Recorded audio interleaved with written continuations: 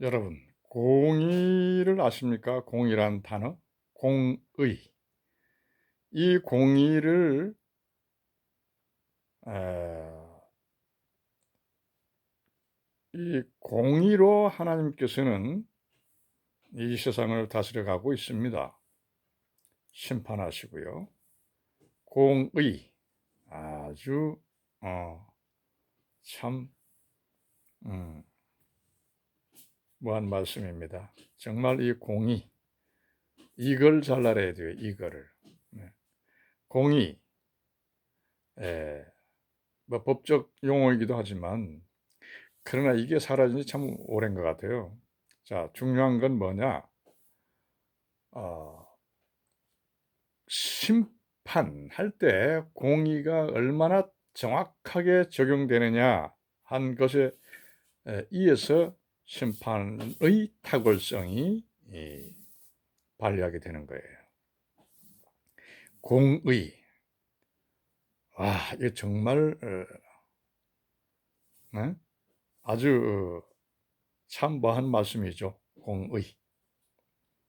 이 공의를 잘 알아야 우리가 참 정말 탁월하게 살아갈 수가 있는데 공의는 반드시 적용됩니다. 여러분, 손을 이렇게 줘 보세요. 하루 종일 쥐라 하면 그거 굉장히 불편하지 않겠어요? 펴야 됩니다. 이렇게. 음? 이렇게 쥔 것을 이렇게 펴야 돼요. 자, 무슨 말씀이냐 하면 공의는 반드시 조그만 것도 반드시 적용된다. 정확하게 적용되죠. 하나님께서는 이 공의로 역사를 이뤄나가고 있고 이루어가고 계시고 심판하시고 모든 것을 이 공의로 다스려 나가고 계십니다. 자, 무슨 말씀이냐면 더 나아가서 진리에 걸리면 공의는 반드시 적용된다. 우리가 세상을 살아가는데 생활해 나가는데 사람과 부딪히면서 사람 속에 살잖아요. 지금 말씀드리자면 세상은 사람 속에 살잖아요. 네, 사람은 사람 속에서 삽니다. 사람 속에서 상처받고 사람 속에서 시험받고 사람 속에서 궤락에 빠져들고 사람 속에서 부대끼며 삽니다. 뭐 권선징악 속에 사는 거죠. 음, 말하자면 사람을 피할 수 없이 사람 속에서 살아야 된다. 그 속에서 우리는 뭐 그 외에 뭐 전반적으로 공의가 적용되고 뭐 역사 뭐 전체적으로 공의가 적용되지만 알기 쉽게 우리가 이해한다면 사람 속에서 예를 들고 말하자면 그렇다는 것이죠. 자, 사람 속에서 어떤 A라는 사람과 이렇게 그 사람에게 상처를 받았다. 가만히 놔두세요. 왜 상처받느냐? 상처받는 그 사람이 상처 주는 사람, 바로 A라는 사람이 바로 잘못된 행실을 했기 때문에 상처를 받는 겁니다. 상처를 받는 사람은. 그래서 그 A라는 사람이 준 그 말이나 행동과 그 자태가 어떠했느냐에 따라서 상처받는 것이죠.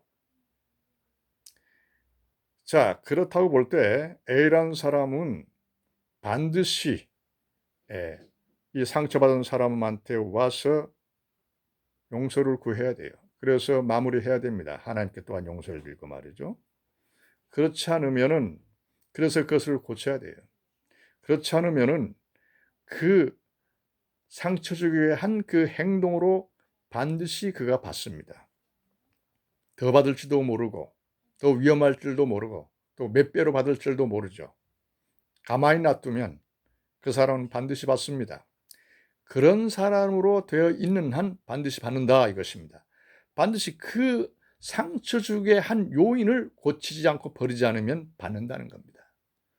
이것을 반드시 버려야 되는데 버리려면 상처받은 사람한테 용서를 반드시 와서 구해야 된다. 그 다음에 하나님께 구해야 되고 버려야 된다. 그것을. 이렇게 해야 돼요. 그렇지 않으면 반드시 그는 받습니다. 가만히 내버려둬도 그는 가만히 내버려둬도 반드시 그는 받는다. 받게 돼 있다.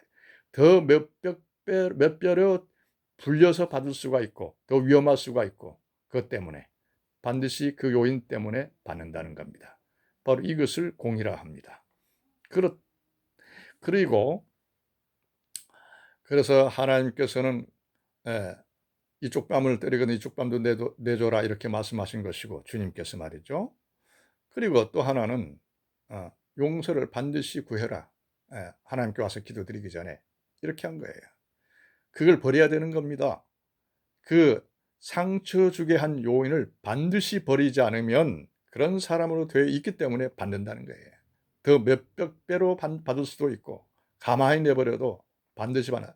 자기가 받지 못하면 자손만대까지 받을 수가 있다. 이 말씀입니다. 자, 이래서 공의는 아주 정말 중요하고 아주 뭐한 말씀이죠. 공의, 반드시 하나님께서 이 공의로 다스려 나가고 계시다. 모든 것을 전폭적으로. 네. 그래서 우리는 이 공의를 잘 알아야 돼. 이 공의를 잘 알아야 우리는 공의 가운데 걸리지 않고 항상 공의 가운데 잘 우리가 조심하고 명심하면서 공의 가운데 이렇게 우리가 잘 축복의 공의로 대가로 받을 수 있도록 하면서 살아갈 수가 있다 이것입니다. 그렇게 되려면 우리는 이 성경 말씀을 잘 따라야 돼요. 성경 말씀을 잘 따라요. 그것은 이제 주님의 새 생명, 제가 왜 새 생명하고 먼저 많이 말씀을 전파해야 했느냐 하면 새 생명으로 완전히 터를 박아 그 안에서 터가 넓어지고 굳어져서 그 안에서 새 생명 가운데서 항상 출발하고 성장하기 때문에 그것을 기반으로 그것을 중심으로 그래서 그 가운데서 터가 굳어지고 넓어지고 탄탄하게 해놓은 다음에 바로 그것을 잘 깨닫고 이해하고 난 다음에 그리고 잘 깨닫고 그래서 그것을 알기 위해서 전폭적으로 새 생명을 전파해 드린 겁니다. 그래서 그곳에서 그러한 새 생명의 그 천국 안에서 새 생명 속에서 성장하고 자라고 거기서 주님과 동행하면서 이렇게 성장해 나가는 것입니다. 그렇기 때문에 중요하다. 중요할 뿐만 아니라 생명이다. 이렇게 말씀드리고 싶죠. 자, 말씀이 빗나갔습니다. 자, 공의는 말씀을 따라서 살아갈 때 이 공의를 더 한층 잘 깨닫게 됩니다. 말씀을 따라서 살아가면 공의를 왜 잘 깨닫게 되느냐? 말씀대로 행하면 축복으로 돌아온다. 그에 대한 그 말씀을 지켰던 그 말씀에 대한 대가가 반드시 돌아옵니다. 엄청나게 돌아오죠. 진리를 잘 깨닫게 해주시고 우선은 또한 그에 대한 대가가 또 여러 가지로 또 돌아오게 되는 것입니다. 그 상급이라고 우리는 표현할 수가 있죠. 그래서 성경 말씀을 보면 상급 하죠. 그런 천국의 상급으로 돌아오게 되는 거예요. 자, 진리를 잘 깨닫게 되고 진리를 잘 깨닫게 되면 사람이 영적 수준이 높아지게 되는 거예요. 그리고 모든 것을 이렇게 잘 통찰해낼 수가 있고 정말 그뿐입니까? 정말로 말할 수 없는 하나님의 은혜와 또한 깨달음과 축복과 은혜를 충만하게 드리며 살아갈 수가 있고 성장해 나갈 수가 있습니다. 자, 말씀을 잘 깨닫고 그렇기 때문에 말씀의 중요성과 말씀이 정확성, 말씀이 그래서 말씀 아니면 이 진리 아니면 사람이 안 되는구나. 이것을 정확하게 깨달을 수가 있죠. 이 말씀을 이렇게 따라서 살아가노라면은 말씀을 중심으로 붙잡고 살아가노라면은 말씀의 정확성과 그 가치성과 그 수준과 그 말씀의 그 진실성과 그 말씀에 대한 선문을 정확하게 알 수가 있습니다. 그래서 진리라는 것을 그래서 진리라 하는 거로구나 이렇게 우리가 깨달을 수가 있죠. 이 말씀을 지키지 않고 말씀을 따라가지 않으면 그것도 깨닫지 못해요. 말씀이 얼마나 고귀하고 정확하고 진실하고 확실한가 그 대가가 반드시 있다. 이것을 몰라요. 이것을 말씀을 따라가면은 바로 성경 말씀을 따라갈 때 이 진리의 말씀, 이 진리를 따라갈 때 반드시 대가가 온다. 아는 것을 정확하게 깨달을 수가 있죠. 반드시 주시니까요, 하나님께서. 그래서 말씀으로 행하면 축복이고 쉽게 말해서 자기에게 유익이 돌아오는 그 대가가 충만하다. 그러나 말씀 따라가지 않는다면 그 대가는 자기에게 해야 하는 대가로 반드시 충만하게 반드시 많이 돌아온다. 피해나 고통과 어떤 괴로움과 어떤 근심과 어떤 걱정이나 또 아니면 어떤 위험할 수도 있고 그 어떤 손해 볼 수도 있고 어떤 계략에 빠질 수도 있고 다양한 측면에서 해가 돌아온다. 반드시 돌아온다. 바로 이것입니다. 바로 이것이 공의예요. 공의는 반드시 행하게 됩니다. 반드시 받아요. 가만히 내버려도 반드시 받습니다. 그것이 있기 때문에 또한 하나님의 말씀, 성경 말씀, 주님과 늘 동행하다 보면 그걸 정확하게 깨달습니다. 이것이 행하면 어떤 공의가 돌아온다는 것을 반드시 정확하게 깨달을 수가 있죠. 명확하게. 그러면 예, 성경 그 공의를 깨닫게 되면 이 자기가 해야 될 반경을 깨닫게 되는 겁니다. 선택하게 되는 것이고 알게 되는 거예요. 그래서 주님 말씀, 주님과 함께 성경 말씀을 이렇게 진리의 말씀을 잘 따라가게 되는 것입니다. 자, 이것을 생각해 보십시오. 이 공의를 반드시 우리는 잘 알아야 돼요. 이래야 모든 것이 그게 기초가 되고 기본이 됩니다. 잘 이렇게 모든 이 말씀 적용, 살아가는데 선택할 때에 어떤 게 지혜로우냐, 어떤 게 어리석으냐, 이것을 잘 깨달을 수가 있고 볼 수가 있죠. 우리가 주님 말씀을 따라가다 보면 이런 것을 주십니다, 하나님께서. 분별의 은사.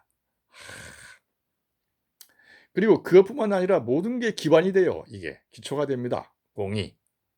정확하게.